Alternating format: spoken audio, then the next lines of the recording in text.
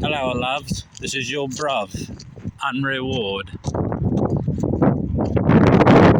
Clinton Street at Fletcher, heading east towards Elizabeth. Here's your little lesson for the day. There's Weiser Recycling. There's Hearn Industrial Services. This is some kind of auto place. What's it called? Classics and Beyond. And approaching the Harry Ranch Park. And right here on Clinton, somewhere at Harry Ranch, there used to be a motor car company called the Ideal Motor Car Company, which never got off the ground. They formed according to a 1912 map of Wayne. And then eventually the Swift Motor Company took it over. And then there was a third company. Swift also didn't last. They made a prototype, and I think it went to the auto shows. There's the Harry Ranch, but it did not survive World War I. Right about here was where McIntire Street was. It's probably somewhere in this section. Probably line up with that street down there, whatever that is. Anyway, McIntire Street was there. Clinton Street seemingly dead-ended into Ideal Motors. And then eventually Swift, and then Detroit Air Conditioned Motors. Something of that sort. And then I don't believe that company ever got off the ground either. And then eventually the factory burned in the 1920s. And it was right around the time when Wayne's fire department, which was, I think, voluntary at the time. I don't know much about the fire department. I just happened across an article. And it said that the city council was fighting over buying a new fire truck because their old one was a piece of crap. And in the midst of fighting, whatever it was, Detroit Air Conditioned Motor Company caught on fire, and it burned to the ground. The only thing left were four walls. And that was in the, I think, 1926 or 7.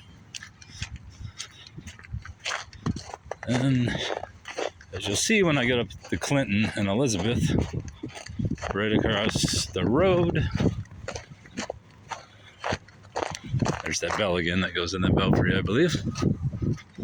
But Clinton and Elizabeth, where Unistrut is. Look at my shadow limp. I have a sprained ACL, so I can't walk as much.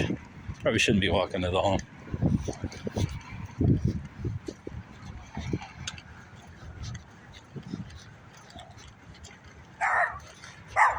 What's up, buddy? It's okay. It's okay, puppy. Another fan of mine. There's the Bradshaw Hodgkinson house. Over there is where Attorney Curtis used to live. He's the guy that dug up the body at Ganong Cemetery, the Randall body. And he was confronted by Orange Butler and who's the other guy? I can't think of it. Hugh Austin, I believe it was. Stephen Turney Curtis and his father, or his son, whichever one it is. Can't remember everything. Anyway, approaching the tracks up here were the Haroon and Prouty and Glass and Gottfredson Motors. Gottfredson, I'm not really sure how you say the name.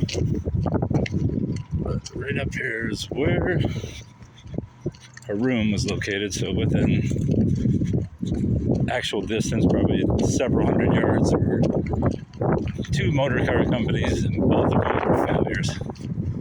So Haroon, even though I believe it was a pyramid scheme, did have a ton of capital that they wasted on something or other. this building is over here. Yeah. This is where I think where the trains used to pick up their rooms, take them away. Down there's Wayne Junction. This whole thing's probably Wayne Junction.